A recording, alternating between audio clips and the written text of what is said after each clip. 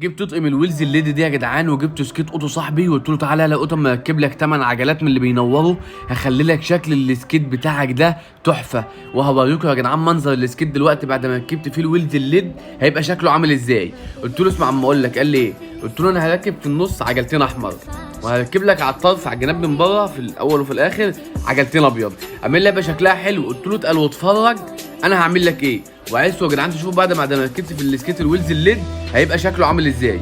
قلت له اول حاجه بس نبدا بيها اجيب شنطه العده. شنطه العده دي فيها كل حاجه بتاعت سكيت، تحل تربط مفاتيح حاجات ترجع السكيت جديد كل حاجه. المهم ابتديت ان انا افك العجل زي ما انتم شايفين كده بالالانكيه بتاعي. فكيت العجل وظبطته، بقيت افك العجله واديها لاوتو، واوتو يعني كان بيعين ورايا، وابدا يقول له ايه بعد ما فكيت العجل كله. بص يا اوتو كده على الحركه دي، بص على الحركه دي، بص حاجه يا جدعان خطيره. شوفوا عملت العجل ازاي، خليت منظره